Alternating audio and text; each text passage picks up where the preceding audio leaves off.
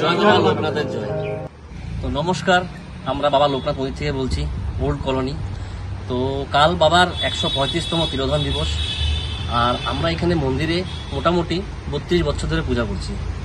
তো বঙ্গাইগাঁও ভক্তবৃন্দদের সবকে অনুরোধ করা হলো, কাল তোমরা সবাই আসো, পূজা অর্চনা ভোগ সব থাকবে এখানে।